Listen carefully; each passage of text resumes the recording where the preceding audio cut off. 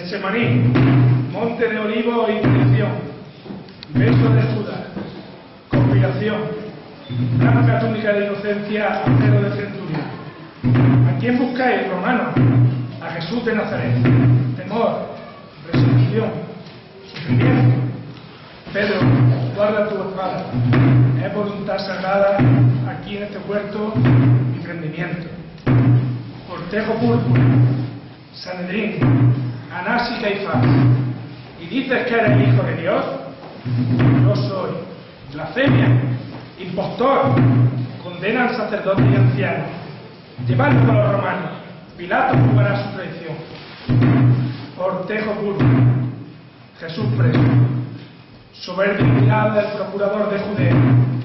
¿Por qué ante mí este reo? ¿No decís que es Galileo? ¿Por qué mandar su ejecución?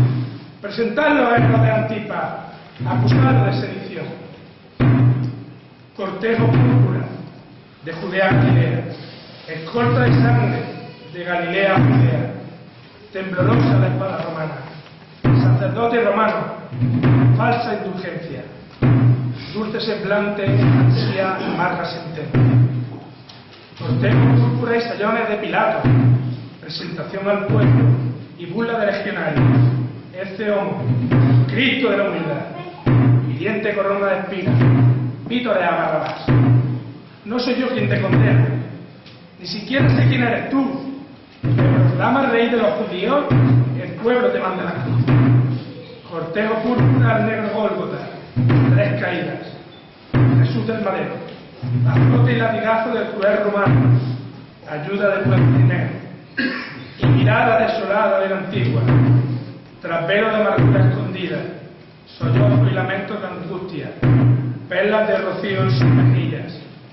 Cortejo púrpura, 3 cruces sobre el Calvario, rey de ladrones, un mismo destino, clavo de sangre en sus manos, lanzada mortal de los cielos, y ella al pie de la cruz.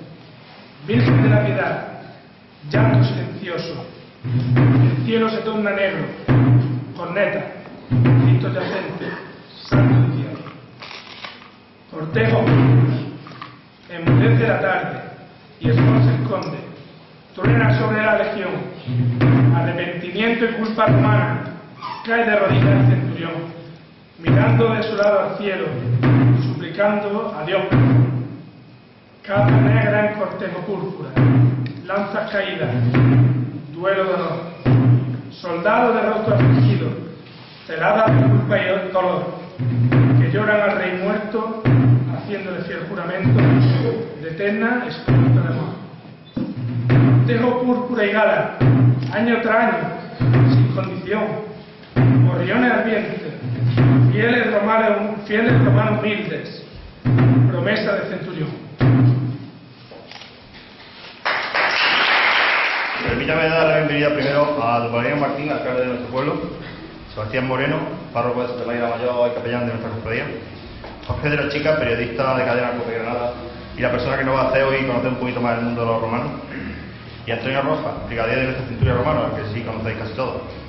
También dar la bienvenida a las centurias que nos acompañan hoy, centuria romana de la Hermandad de Nuestra Señora de las Angustias, de Baena, centuria romana de la Ilustre Archicofradía de la Veracruz y Jesús del Prendimiento, de Baena, centuria romana de la Real Archicofradía de Nuestra Señora del Rosario y Santo Cristo Resucitado, de Baena, escuadrón de soldados romanos y chaquetillas coloradas de la Pontificia Real Cofradía y Hermandad Sacramental de nuestro Padre Jesús Nazareno, María Santísima de los Dolores Nazarena y San Juan Evangelista de Priego, centuria romana de la Real Cofradía del Santísimo Cristo de la Humildad y Nuestra Señora de la Fe, de Úbeda, banda de cornetas y tambores Virgen de la Luna de Villanueva de Córdoba, centuria romana de la Real, Venerable y muy antigua Hermandad y Cofradía de nuestro Padre Jesús Nazareno de la Misericordia y María Santísima de las Lágrimas de Campillo, centuria romana de la antigua e ilustre Cofradía de nuestro Padre Jesús Nazareno, Santísimo Cristo de la Expiación, Santísimo Cristo de la Columna y Santísima Virgen de la Amargura de Alfabeto, miembros de la Corporación de Cofradía, Corporación Municipal. Bienvenidos a todos los amigos que hoy nos acompañáis en este acto con el cual vamos a montar la celebración del 160 aniversario de nuestra centuria romana, de la creación de nuestra centuria romana. Y no puedo irme sin tener un recuerdo para los hermanos y miembros de la centuria romana de la Cofradía del Señor de la Humildad, Santísima Virgen de la Piedad, Santísima Virgen de la Antigua y Santo Entierro, y los miembros de la Junta Directiva, que gracias a ellos ha sido posible que hoy nos encontremos aquí. Ahora ya le cedo la palabra a nuestro capellán, don Sebastián. Bueno, pues muy buenas tardes a todos y perdón por el retraso. Estaba celebrando la misa en la iglesia del Carmen. Y es un motivo de orgullo, creo que para todos nosotros y sobre todo también para esta cofradía del Señor de la Humildad, el tema de poder celebrar estos actos en conmemoración a lo que es la escuadra de los romanos, que todos los años procesionan aquí. Daros las gracias a todos los que habéis venido de fuera, sobre todo los que son de Úbeda, porque tengo sangre de Úbeda, porque soy de la Loma, de la comarca de la Loma, y entonces pues eso también es muy importante para mí, y de la Cofradía de la Humildad en Baeza, que también sé que hay algo. Y bueno, y sobre todo pues que todo esto, lo que vamos a ir viendo, tiene su marco dentro de lo que es la Semana Santa de Alcaudete. No podemos entender el grupo de los romanos sin la Semana Santa de Alcaudete. Dentro de pocos días vamos a comenzar ya la Cuaresma, dentro de pocos días todo va a cambiar, dentro de pocos días pues todo va a ser distinto porque Alcaudete, sin su Semana Santa no puede ser nunca Alcaudete. Por eso vamos ahora al señor alcalde, a darle la palabra para que pueda seguir al final, pues Antonio, al brigadier de la escuadra y bueno, a ver si echamos aquí una tarde en condiciones agradables, bonitas, entre todos nosotros.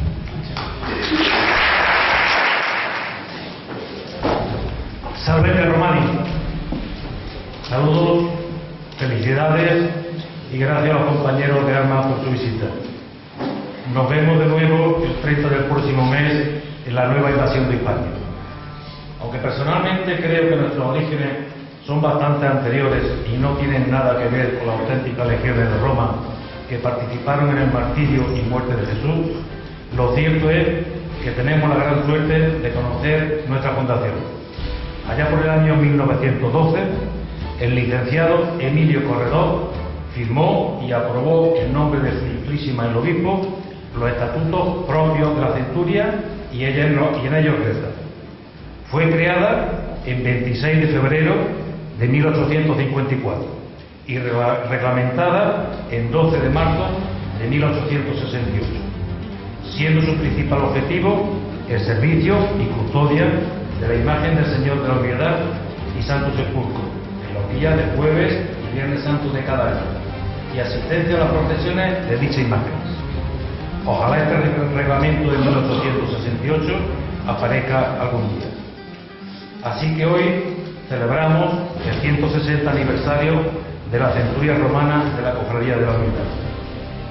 Me gustaría aprovechar este acto para rendir homenaje a aquellos primeros pecholatas de los cuales conocemos por figurar como firmantes en los estatutos a José Baltana Torrejimeno, Aureliano Amaro, Francisco Latorre, Manuel Sánchez, Julián Carabias, Francisco Carabia Ortega, José Torres, Antonio Hidalgo, Eduardo García, Ángel Martín Martín, Juan González y a todos y a cada uno que con su esfuerzo, trabajo y dedicación, día a día, década a década, lustro a lustro y también podemos decir siglo tras siglo, ha mantenido y mantiene esta tradición singular de la Semana Santa del Alcaudete.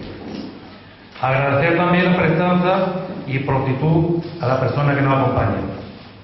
Granadino, periodista de profesión, que desarrolla su actividad actualmente como redactor jefe de Radio Cope en Granada. Dirige el programa radiofónico Cruz de Guía. Es autor de distintos libros como la Enciclopedia de Semana Santa Granadina. Es por lo tanto un amante de la religiosidad popular, de la Semana Santa, y lo ha reflejado en los más de 30 pregones pronunciados, donde destacan los de la Semana Santa de Granada, Baza, Guadix o Huesca, sin olvidar las presentaciones de numerosos carteles y certámenes de música, como el de la Banda de Música de Andalucía. Por todo ello, el Ayuntamiento de Granada le ha distinguido con el Diploma de Honor de la ciudad. Sí, un enamorado del fervor popular puesto en la calle. Cofrade de fe sincera. Como dijo en alguna ocasión, y pongo sus palabras en mi boca, amarás al Señor tu Dios sobre todas las cosas, y al prójimo como a ti mismo. Y uno de los caminos para seguir a Cristo es su madre, la Virgen María. Este es el mensaje de la salvación, el camino al cielo. Lo demás, todo lo demás, tronos relucientes, imágenes esplendorosas, el ser extraordinarios, bandas que interpretan marchas celestiales, son meros y simples accesorios, figuras secundarias. Sí, pero nos gusta, esto lo digo yo. Espero, Jorge, que deje al caudete, por lo menos con la alegría de haber contemplado otra talla del escultor Navas Paredes. Gracias y bienvenido. Jorge de la Silva.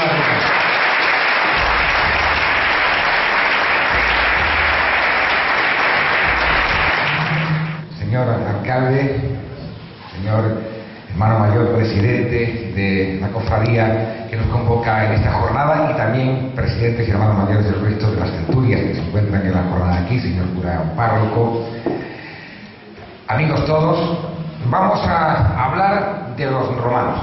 Y quiero dejarlo claro al principio un poco el título al que nos vamos a referir. Pero antes de entrar en materia, quiero agradecer muy sinceramente a la cofradía que me haya dado la oportunidad de desarrollar este tema de los soldados romanos, de las centurias de los soldados romanos, y en especial a un miembro de la cofradía, mi buen amigo Clemente Maillo, que ha hecho un poco de intermediario y que es el habitual colaborador en los programas deportivos de la cadena COPE, y además es el hijo de doña Laura, de una profesora que tuve la oportunidad de disfrutar durante esto que ya es historia, que es la EGE. Es el capítulo de agradecimientos, pero créanme que en este caso son más que obligados, porque cuando yo recibo la llamada de Clemente Maillo y poco más o menos me explica de qué íbamos a hablar, pues dije que sí,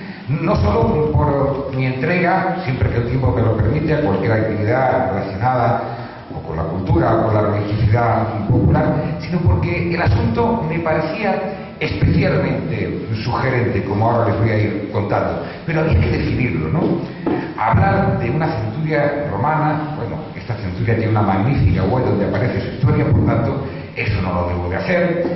Y lo que yo he ido compilando en estas 2 semanas que he tenido la oportunidad de trabajar sobre el tema, son una serie de apuntes que en el fondo yo tenía en la biblioteca, los he ordenado y le he dado forma a algo que desde niño yo me preguntaba realmente cómo era, y me fascinaba el mundo de los soldados romanos que desfilan como figurantes en las procesiones de Semana Santa.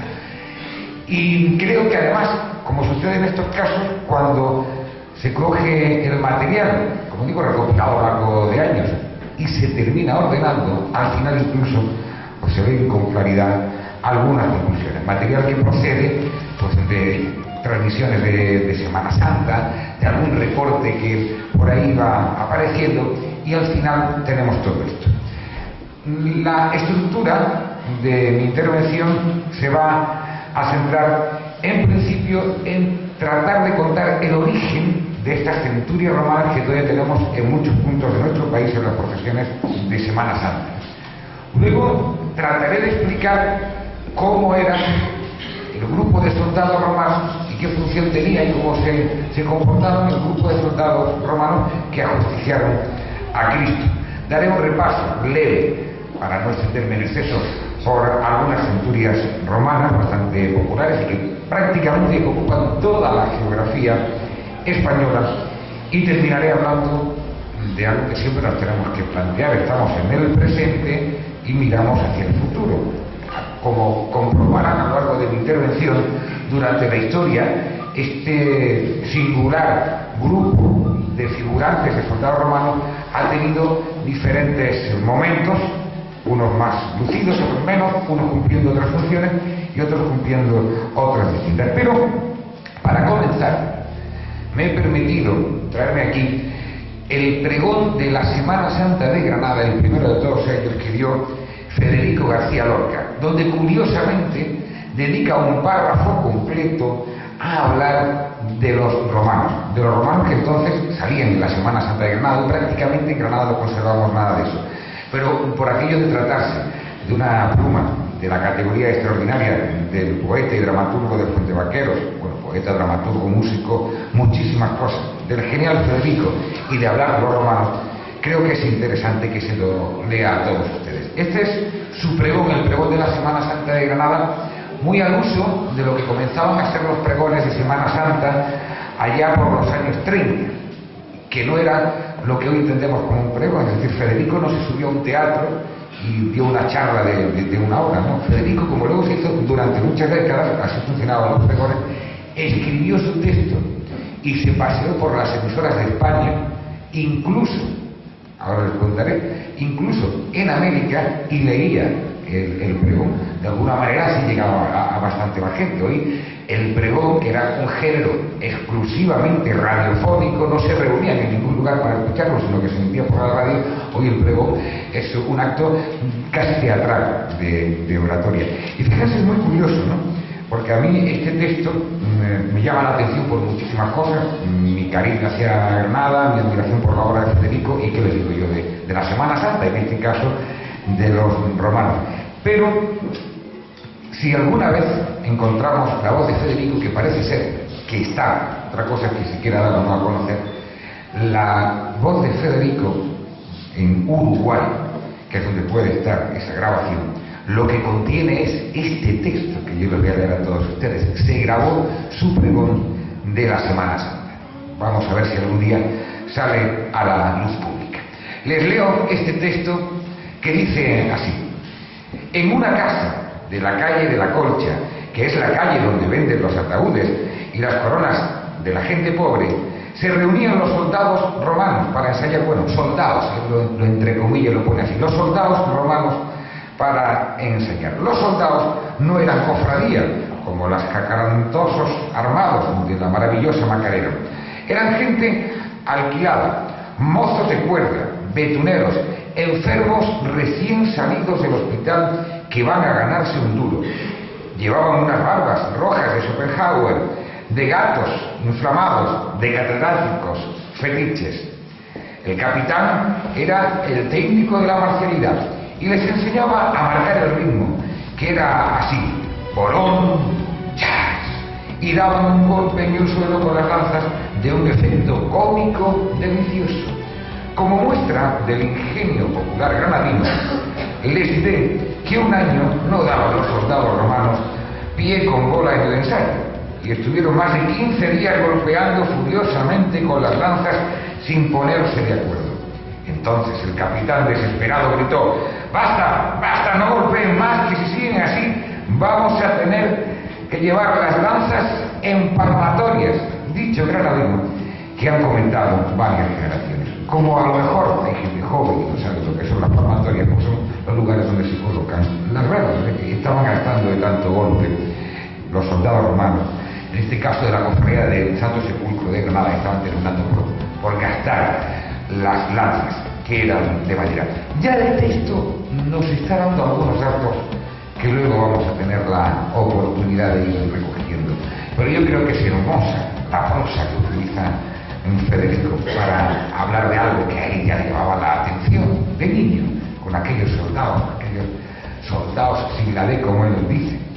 Bueno, ¿de dónde proceden? Y entramos en el capítulo de la historia.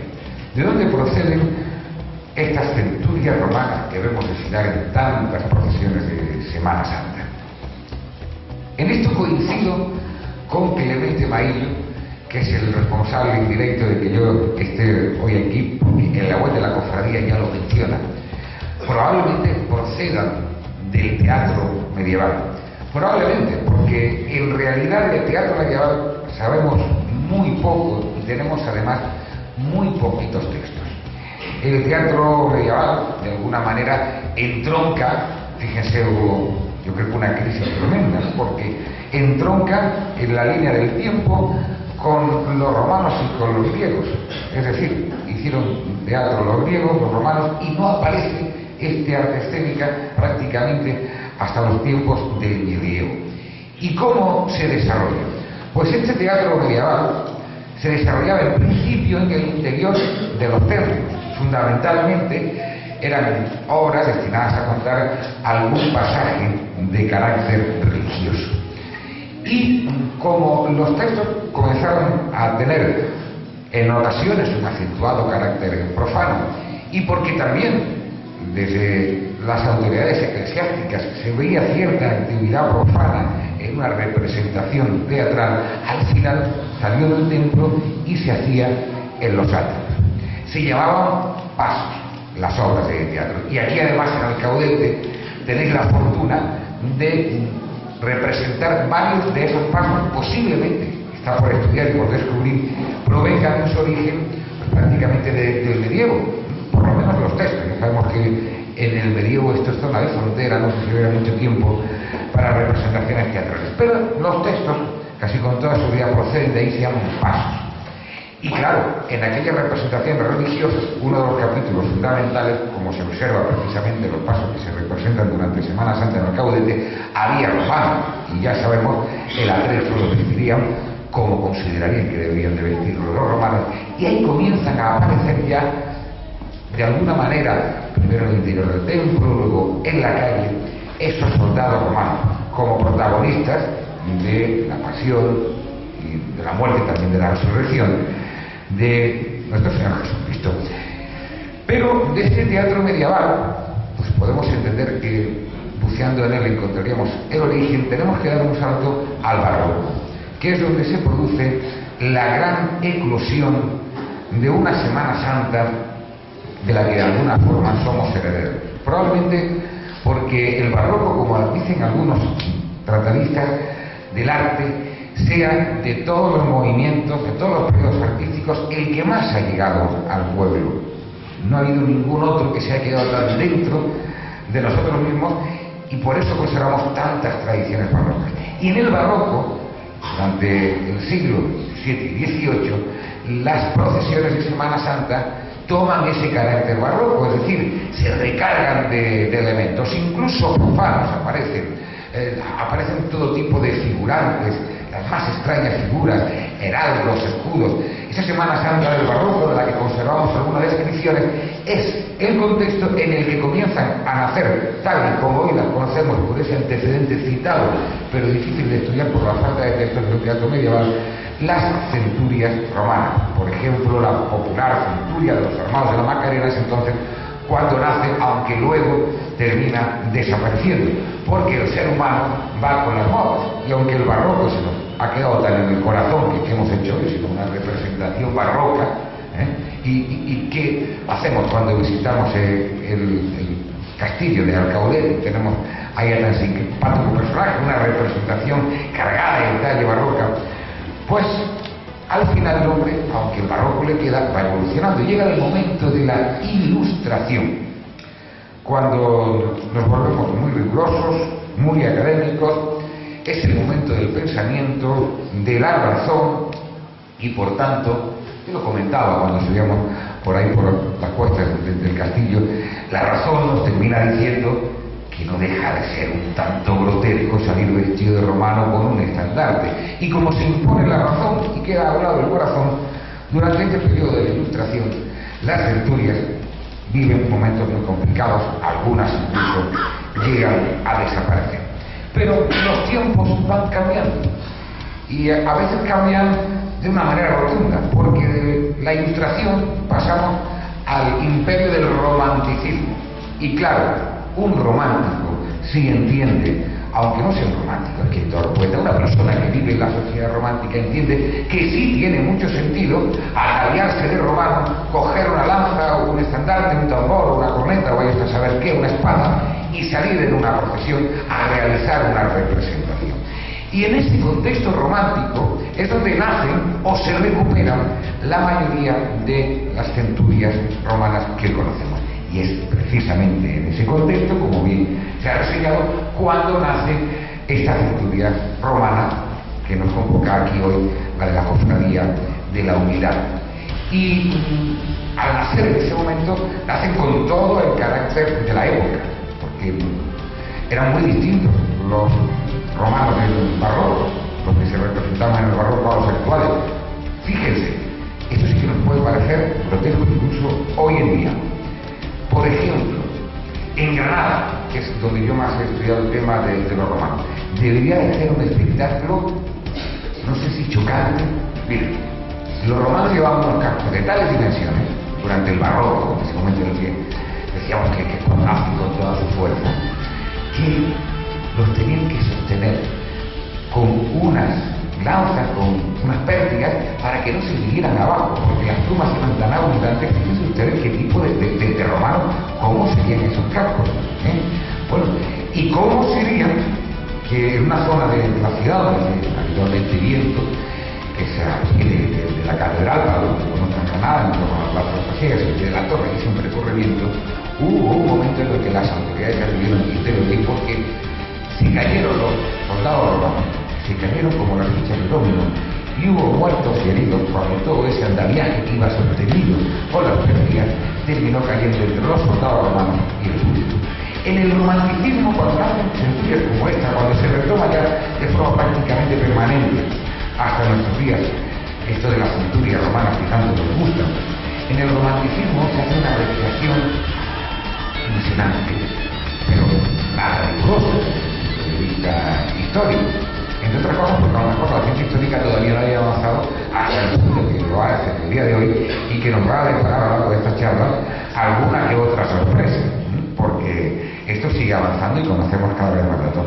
Los románticos se imaginaban como a ellos les gustaría que hiciera un soldado romano, y los primeros soldados romanos, obviamente me ha enseñado alguna foto de la casa de hermandad, no tienen absolutamente nada que ver con ninguna realidad, era como gustaría que se vistieran, ¿no? Se hicieron unos trajes lo más bonitos posible, lo más vistosos, y que evocaran cómo eran los soldados romanos soñados por los románticos, porque el público supiera que eran soldados romanos. ¿Quién iba a saber entonces? No había aparecido el cine de lo que luego hablaremos. ¿Quién iba a saber entonces cómo vestía un soldado romano? Pues ahí iban los soldados romanos, e intervienen en la concepción de estos trajes grandes artistas. Por ejemplo, alguien de quien yo hablo con auténtica veneración, Juan Manuel Rodríguez Ojeda, un sevillano que es el que marca lo que hoy se conoce popularmente como el estilo cofrade, con sus diseños, con su manera de entender las cosas. Él diseña los primeros trajes de la recuperación de los armados de la Macarena, parecidos, iguales que ahora hay, porque ahora se acercan más al historicismo. Él se imagina cómo le gustaría que vistiera un soldado romano. Y siguen perdiendo, se va perfilando desde el punto de vista histórico, siguen perdiendo desde el romanticismo hasta nuestros días, hombre, con los avatares propios de los sucesos bélicos, de alguna que otra crisis que ha podido surgir en torno a la religiosidad popular, pero siguen subsistiendo todas estas centurias, incluso se crean nuevas centurias de romanos. ¿Por qué? ¿Por qué siguen ahí? Desde mi punto de vista, por dos circunstancias. Y vienen un poco a enlazar con esta división en periodos que yo he realizado. La primera de ellas, porque como dije, nacieron con todo su fuerza en el barroco, y el barroco sigue siendo el arte del pueblo. Y en segundo lugar, porque se recuperaron con la fuerza que hoy mantienen en el romanticismo. Y desde el nacimiento del romanticismo, quien no lleva un trozo en su corazón de alma romántica, por tanto el caldo de cultivo para que sigan existiendo, con además el deseo permanente del hombre a través de la religiosidad popular, de la búsqueda de Dios, y la presencia de estas centurias romanas ligadas a las cofradías hacen que estén con nosotros. Ese sería un poco el recorrido histórico, de una forma muy genérica, porque nos podemos centrar, como digo, en la historia de cada una de estas centurias, pero como tienen magníficas páginas web y magníficos historiadores, pues no les voy a aburrir con eso. He hecho el dibujo general de cómo se han ido desarrollando.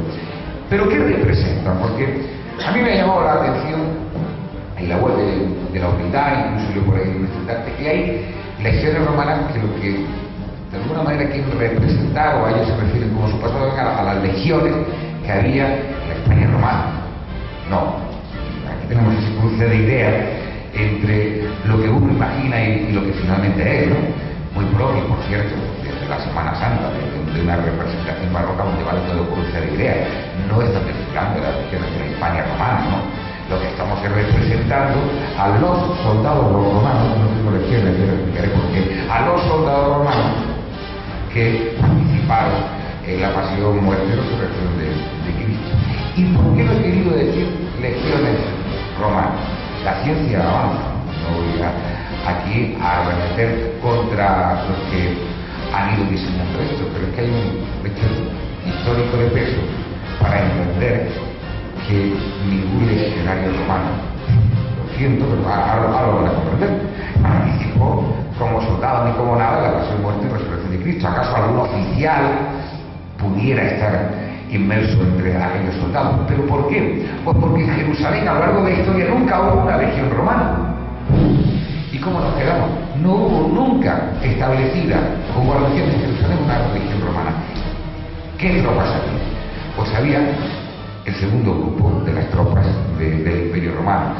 Los ejércitos de Roma se dividían en dos: las legiones, que eran las que han adquirido la fama y estaban integradas por romanos que participaban, y luego estaban las llamadas tropas auxiliares, que nos puede sonar como si se dedicaran a la cocina y a la intendencia del ejército, ¿no? No, se llaman tropas auxiliares por ponerle ese nombre. Al traducirlo al español nos queda un nombre muy raro. Eran unas tropas exactamente iguales, por lo menos parecidas a las legiones, pero con más preponderancia de la caballería, pero esto no es una conferencia sobre el arte de la guerra, sino sobre las legiones romanas. Y lo que había en Roma era una guarnición de tropas auxiliares. Eso sí, esas tropas auxiliares en una legión vestían prácticamente igual que las legiones romanas, porque en el ejército romano había una uniformidad al uso y se repartía tanto para las legiones como para las tropas auxiliares. ¿Y qué tropas auxiliares había en Jerusalén en el momento de la pasión de nuestro Señor Jesús? También es curioso.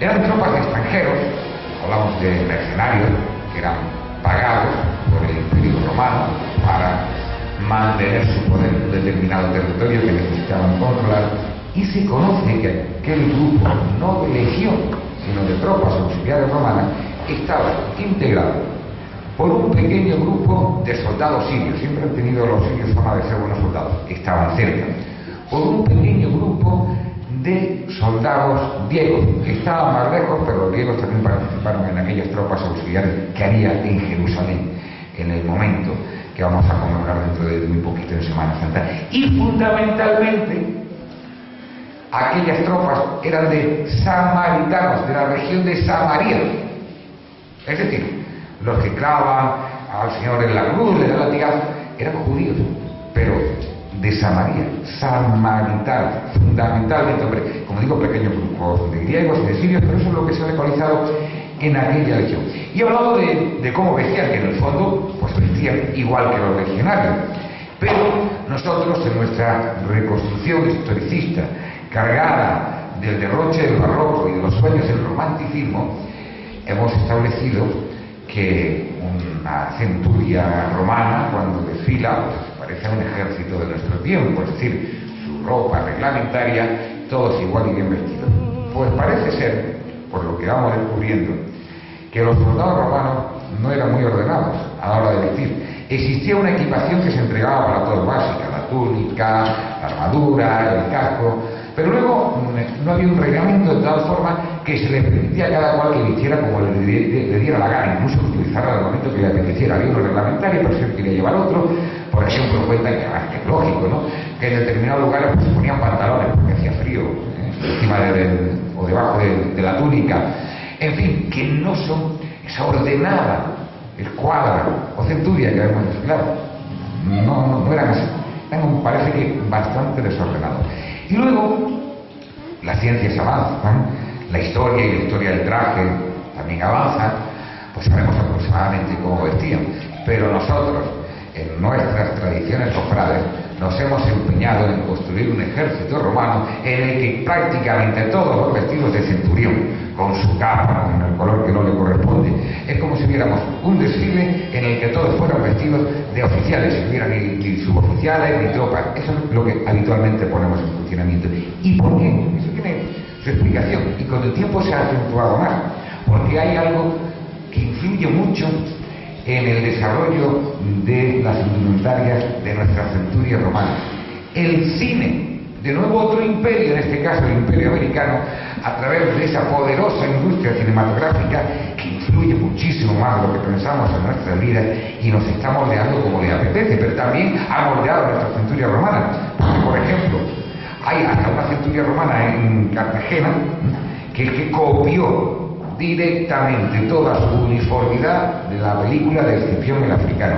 Y en el fondo, cuando nosotros cerramos los ojos y vamos a remodelar un poco nuestros trajes, en efecto disponemos hoy de grandes apuntes, sabemos cómo eran los escudos, cómo eran las túnicas, pero cerramos los ojos y soñamos con ver una centuria a los hollywoodienses.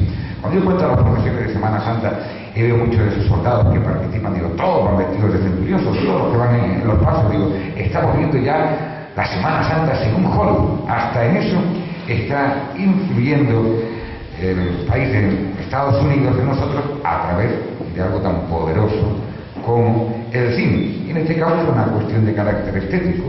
Si quisieran hacer con nosotros otra cosa, nos podrían cambiar la vida a base de contarnos que es así en alguna película o en alguna serie de televisión. Y los soldados romanos, en efecto, participaron en la pasión de Cristo, y participaron desde el momento mismo del prendimiento. En ese instante del prendimiento se produjo la circunstancia de que acompañaron a la policía del lugar, a la policía del templo, a la policía judía, los soldados romanos. ¿Por qué? Vamos a ver. Una de las tribus de Israel tenía como función la custodia del templo y vigilaba todo el templo, pero también de alguna forma haría lo que hoy llamamos a veces el guardia urbano, es decir, ordenaba el tránsito de mercancías, estaba pendiente de cierta seguridad, pero en determinados momentos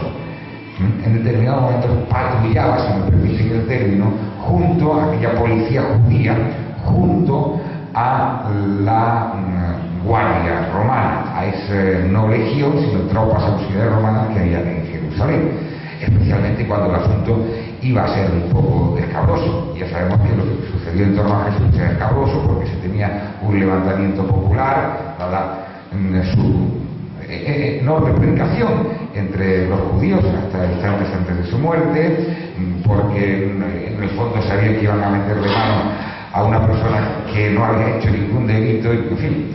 Desde el principio se sabía que aquello era muy complicado y fueron los soldados romanos al prendimiento. Participan junto a esos judíos.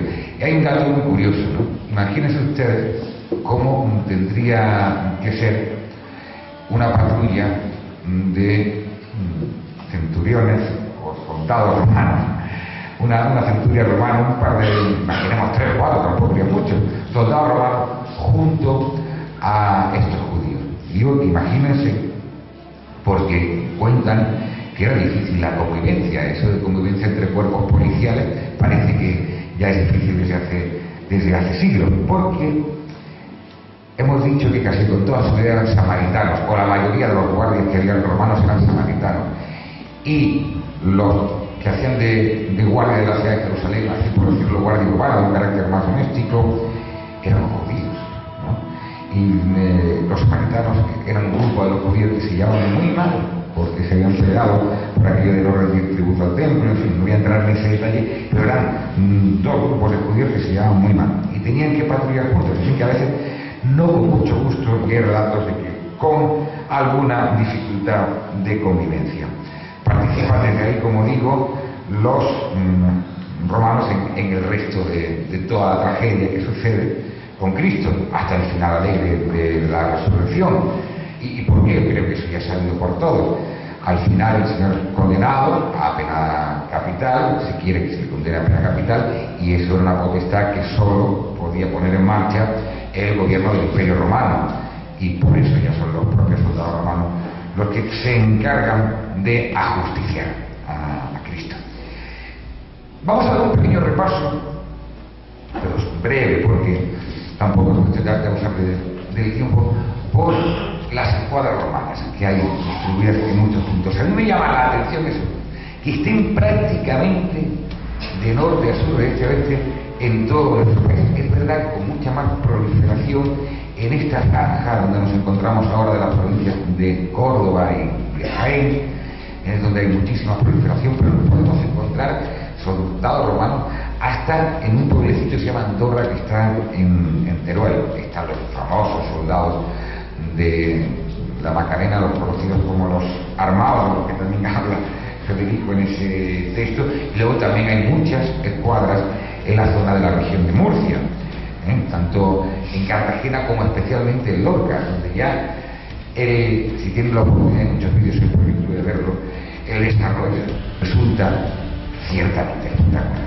Cuadrigas, caballos, de todo aquello, un espectáculo que va más allá de lo barroco. Yo lo definiría como un espectáculo prácticamente de plató cinematográfico en directo. Son estos soldados de Lorca tal vez los más aparatosos en todo lo que es su montaje. Hay afortunadamente encuentros como este, donde se reúnen las distintas centurias, y yo lo veo bastante positivo, y en ellos pues comprobamos que hay centurias, puede ser como una especie de clasificación. Hay centurias con banda y centurias sin banda. Ahora, yo les tengo que decir a todos ustedes que soy un auténtico enamorado de las bandas de las centurias, porque si seguimos clasificando dentro de las que tienen banda, las hay que realizan un esfuerzo extraordinario, que yo creo que es de carácter musicológico, de elevado nivel intelectual, al tratar de reproducir los instrumentos por los que marchaban las legiones romanas, esas buchinas antiguas o trompetas antiguas, esos tambores, esa recreación digna de algo que lleva de moda en el mundo de la música culta desde los años 80, que es interpretar la música con instrumentos originales. Hombre, no sabemos qué música tocarían, porque fundamentalmente lo que harían con aquellos tambores sería marcar el ritmo de la marcha por el desplazamiento de un lugar a otro, y con las buchinas, con las trompetas, lo que irían mandando determinadas operaciones de carácter castrense, marcando un día o decidiendo cómo atacar. Pero me parece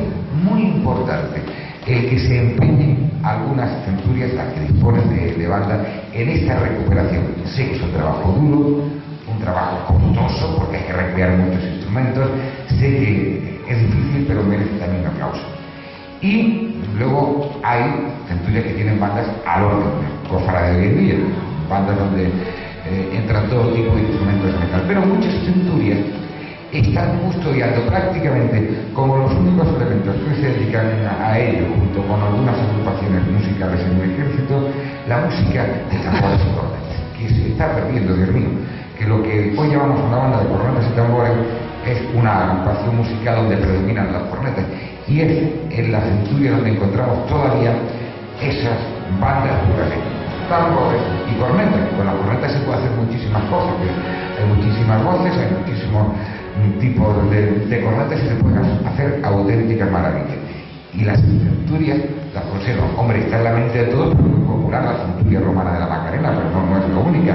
Por ejemplo, esos soldados romanos que he hecho de Andorra, no el país, en el pueblecito de Teruel, pues van en esa línea.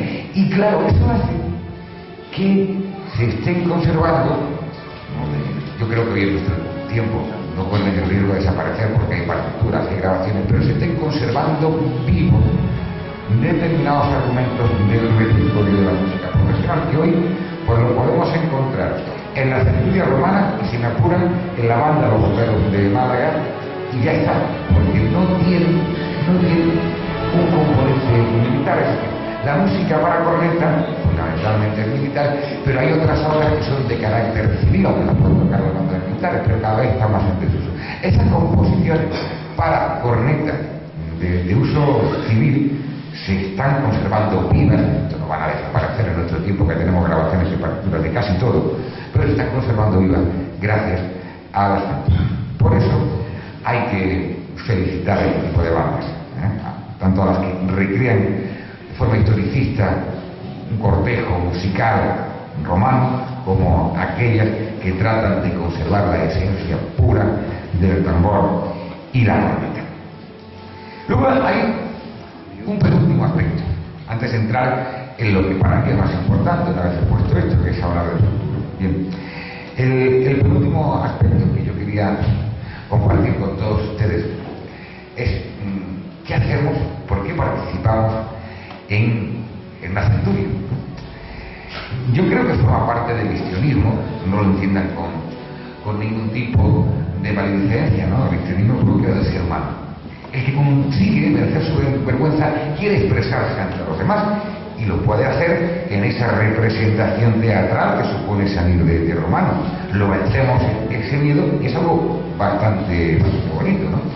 Y fíjense, venía comentando con un compañero del presidente, el hermano mayor de la cofradía, compañero de ustedes, que habitualmente el costalero es un hilo oculto, ¿no? El penitente también, pero a las únicas que se le hacen las caras son las mantillas, que no participan en todas las Semanas Santas, pero a los soldados romanos se les ve la cara, se les ve el gesto, tienen que desfilar, supone un ejercicio importante. Todos llevamos en el fondo un actor dentro, o por lo menos alguien que quiere expresarse. Otra cosa es que podamos no hacerlo por muchas circunstancias, es propia, no disponibilidad de medios, pero es un ejercicio sanísimo, incluso desde el punto de vista de la salud psicológica, salir del soldado romano y hacer esa representación. Pero en esto de la Semana Santa, además, se da una circunstancia que nos facilita, ¿no? ¿Por qué nos facilita muchísimo participar? Porque en una procesión de Semana Santa, el público y los actores se confunden en uno solo, terminan haciendo lo mismo. Es decir, tal vez dice gran parte del éxito de una procesión de Semana Santa. Todos tienen su papel. El espectador, el que sabe el soldado romano, todo. Y a lo mejor por eso, pues es un poco más cómodo el salir y decir, voy a representar a un soldado romano, voy a perder mi vergüenza, pero es que el que está en la acera aplaude, canta una saeta, da unos vítores espontáneos. Ese también forma parte del, permítame la expresión, que no tiene nada peyorativo, del espectáculo hermoso de una procesión. Y les dije yo que lo más importante, una vez que hemos dado este repaso, pero no haber abusado de su tiempo, es plantearnos qué hacemos en el futuro. ¿Qué podemos hacer en el futuro? Porque tenemos un presente relativamente importante. Esto como todo, ¿no? Yo vengo de una tierra, de Granada, donde el tema de los soldados romanos lleva ya un tiempo que de manera inequívoca, ¿no? Al final, pues son soldados romanos por lo que durante un tiempo hubo también en estas centurias de las que estamos hablando, pagados, eso no tiene ningún sentido. Entiendo yo que salvo que queramos hacer una gran representación teatral, una procesión es algo más que una representación teatral, también es una representación teatral, pero es algo más. Y por tanto no tiene sentido. Pero donde perviven, ¿hacia dónde podemos caminar? Yo creo que el gran paso ya está dado. Y es el momento en el que progresivamente todas las centurias adquieren dos características. Primera de ellas, muy importante, como he dicho, está compuesta por voluntarios.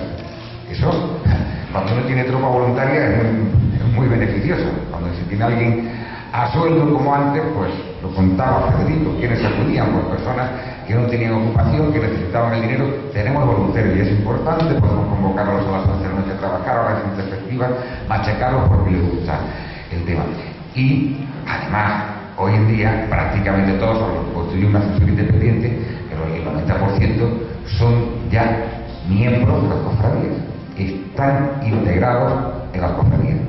Por tanto, en el futuro hay que caminar junto a las cofradías con los mismos fines de las cofradías. Y aquí hay que trabajar en dos sentidos. En primer lugar, las cofradías tienen que entender, en todo momento, que están compuestas por elementos de naturaleza muy diversa. Pueden tener músicos, costaleros, penitentes, pueden tener soldados romanos, pueden tener de todo. Hay que entender esa diversidad y saber dar su auténtico papel dentro de la cofradía. Luego también los miembros de la centuria romana deben de ser conscientes de que pertenecen a una institución de la Iglesia Católica, que tampoco nos pone un examen imposible de traspasar todos los días. En el fondo lo que nos pide la Iglesia Católica es algo tan sencillo como cumplir la ley natural, la que llevamos en el corazón. Para comportarse como un buen cristiano, un buen católico, no hace falta estudiar teología, que eso está muy bien. Hacerle caso a nuestro corazón. Hoy que estamos celebrando el 75 aniversario del fallecimiento de Machado, podemos recordar aquello de sé bueno, ¿no?, que él le escribía a Fernando Giner de los Ríos, y cómo recordamos a Machado como un hombre bueno, ¿no? Y entonces, cuando uno pertenece a una centuria, y esto para el futuro creo que se cumplirá, pero es lo más importante, lo debe tener como guía, ¿no? Representa una obra de teatro, conoce a gente, se lo pasa bien, pero pertenece a una institución que lo que quiere de nosotros, además de todo eso, es sencillamente que seamos buenos. A mí lo decía San Agustín, en el buen sentido de la palabra, y hay que mejorar. Sencillamente hay que ser bueno, no es el ser complaciente. Y puede parecer, estamos hablando de centurias romanas, lo más importante es eso. Pues sí, desde mi punto de vista lo más importante es eso, porque además con eso fortaleceremos el sentido de la centuria. Y en el futuro, pues vamos a ver qué es lo que puede suceder.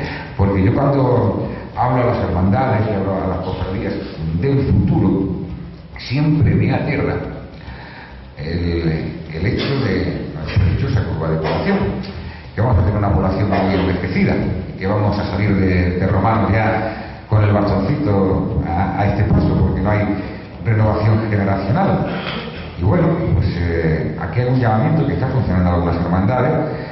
Pues parece ser que la poquita población que nos aumenta pues, es por los emigrantes, ¿no? Yo ya veo que muchos sectores de las hermandades se integran a los emigrantes, y bueno, hasta los conventos de clausura están llenos de extranjeros. Pues, a lo mejor en el futuro, salvo que arreglemos esto de la curva, que nos hace ver un futuro negro en este y muchos sectores, pues bueno, pensar que le puede gustar a más de un emigrante integrarse, o ya los hijos de los emigrantes, integrarse en estas centurias, que en el fondo lo que necesitan fundamentalmente es capital humano, pero ya lo demás vendrá por añadidura. Yo quiero ver un futuro esperanzador, primero porque me gustan mucho los soldados romanos, y en segundo lugar porque creo que así va a ser. El hombre fundamentalmente un ser religioso, o por lo menos se plantea esto, luego ya se declara agnóstico, ateo, pero se lo plantea siempre. Y los soldados romanos participan en las cofradías que son la religiosidad popular, algo que creo que nunca va a decaer, siempre de una u otra manera. Esto es cuanto yo quería contarles hoy. Sé que el tema era complejo en el sentido de que yo me planteé qué es lo que puedo contar yo de los soldados romanos, pues también todo lo que tenía lo puse sobre la mesa, lo ordené, y me salió un poco más o menos esto que acabo de contarles en este realmente precioso lugar donde me han ofrecido la oportunidad de hablarles, en este castillo de la Orden de Calatrava. Muchas gracias por la paciencia que han tenido en escucharme. Señor presidente de la Cofradía del Señor de la Humildad, Santo Entierro, Santísima Virgen de la Piedad, Santísima Virgen de la Antigua, don Enrique García, señor párroco de Santa María, don Sebastián Moreno, señor redactor jefe de la emisora COPE y Granada, don Jorge de la Chica, señor brigadier del cuadro de Romanos de la Cofradía de la Humildad, don Antonio Rojas, señores y representantes, señores representantes de la centuria romana provenientes de Baeza, de Baena, Priego, Úbeda, Villanueva, Campillos, y por supuesto a los miembros de la escuadra romana, del Jesús de la Humildad y del Repario Nacional de aquí del Gaudete, señoras y señores integrantes de juntas directivas, de cofradías, cofrades, amigos y amigas, buenas noches a todos y a todas. Es un placer estar aquí esta noche acompañándoles en uno de los actos centrales de la conmemoración que realizan con motivo de la celebración de los 160 años desde la fundación de la escuadra romana de la Cofradía de la Humildad. Quiero aprovechar la ocasión para agradecer el esfuerzo, la dedicación, el entusiasmo que las cofradías realizan para que se siga viva y con tanta fuerza la prestigiosa, importante y participativa Semana Santa Alcobense. cofradías a las que se le pasa todo el año entre organizaciones, pensamientos y preparativos para procesionar con fervor y solemnidad por nuestras calles. Transmitir los verdaderos sentimientos de este pueblo hacia su Semana Santa no es fácil. No es fácil porque la mirada del alma y las emociones no saben ni de gramática ni de normas lingüísticas. No es fácil porque a veces cada uno de nosotros la percibe y la vive de forma individual. Y no es fácil porque el recuerdo que como un tesoro guardamos de cuando pequeños, estar cogidos a la mano de nuestros padres asistiendo a las procesiones, esos instantes, amigos y amigas, saben poco de literatura y mucho de ternura, de creencias y de sensaciones. En esos días de Semana Santa, la nube de nuestro recuerdo también recobra formas, perfiles y vivencias, y transita y asoma por las esquinas de nuestro pasado para hacerse presente en nuestras vidas. Tan difícil es explicar qué es la Semana Santa para los alcobentenses, como fácil quizás podría resultar obtener la explicación adecuada. Quizás le resulte sorprendente lo que le voy a manifestar, pero creo, sinceramente, que Alcaudete no celebra la Semana Santa. Alcaudete es Semana Santa. Semana Santa, 12 meses, 54 semanas, 365 días. No se entiende este pueblo sin su Semana Santa. No se comprende esta bendita tierra de sierras protectoras, de olivos milenarios o de ríos eternos sin su Semana Santa. Alcaudete sería otra cosa, y otro pueblo, y quizás otro lugar, si de Domingo de Ramos a Domingo de Resurrección nuestras calles no fuesen conquistadas por procesiones y representaciones que nos permiten contemplar el dolor, el sufrimiento y la belleza de nuestros pasos. Imágenes que producen admiración, ternura y fe en los ojos de un pueblo bueno y compasivo. Procesiones y representaciones que impregnan el aire que respiramos con el perfume del incienso, con el aroma de la cera quemada por cirios nazarenos, con el sonido de los pasos fatigados de costaleros sin nombre, con la resonancia de tacones y mantillas, con la música enronquecida de tambores y cornetas, y cómo no, con la marcha cadenciosa de las escuadras romanas que nos transportan a aquellos momentos de los que fueron testigos y protagonistas de los designios divinos. Las escuadras romanas configuran una parte esencial de la visión que tenemos de nuestra Semana Santa. Aquí llego, el Jueves Santo. Los romanos asoman por la esquina de la calle General Baena para desembocar en la plaza. Se nos acercan con su paso ceremonioso, con sus corazas metálicas, impolutas, relucientes.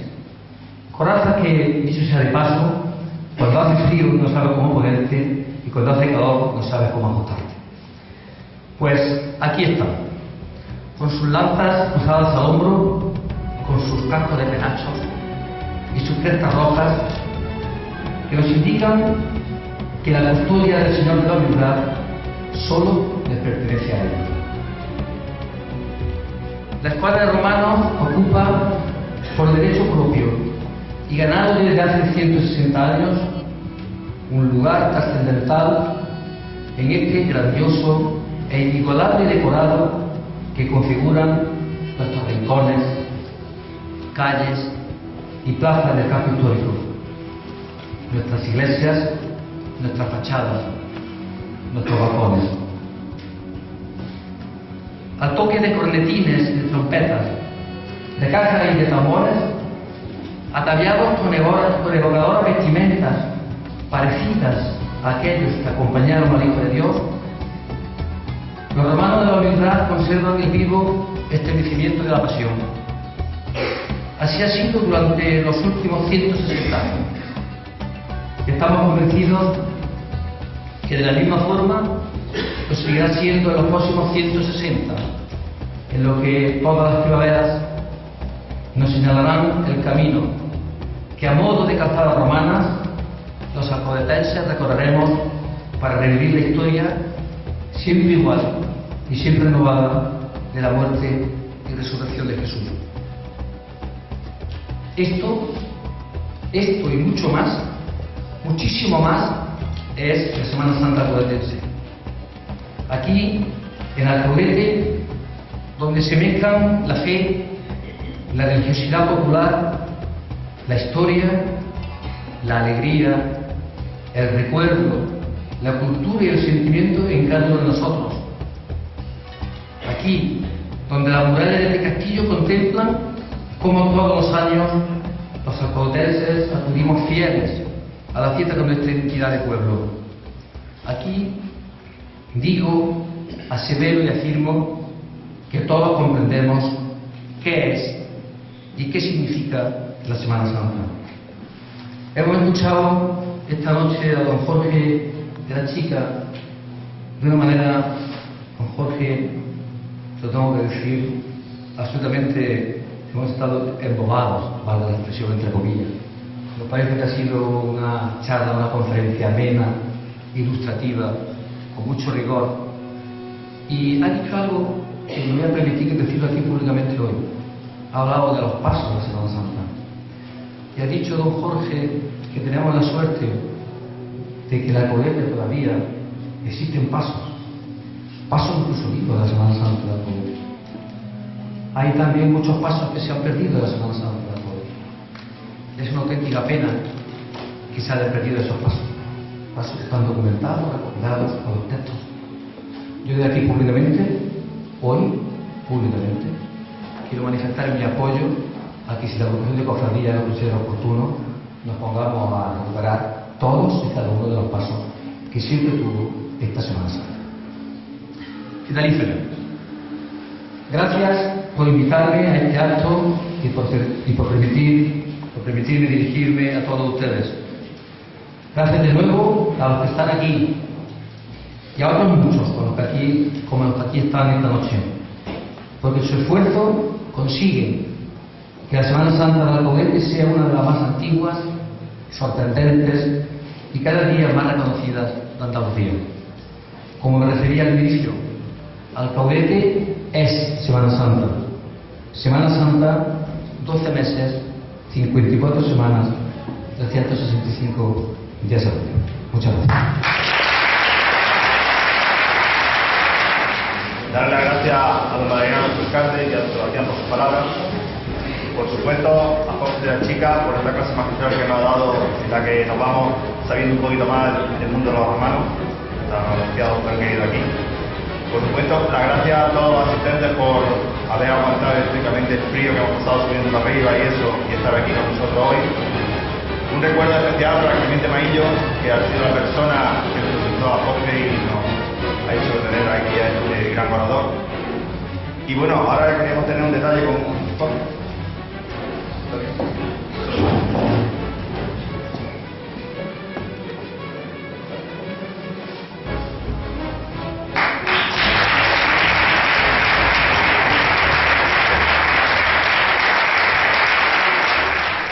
Porque yo creo que después de esta noche Jorge ya es un humilde más que creo que debe llevar la medalla de la cofradía. Entonces le vamos a dar también la medalla de nuestra cofradía como nuevo humilde.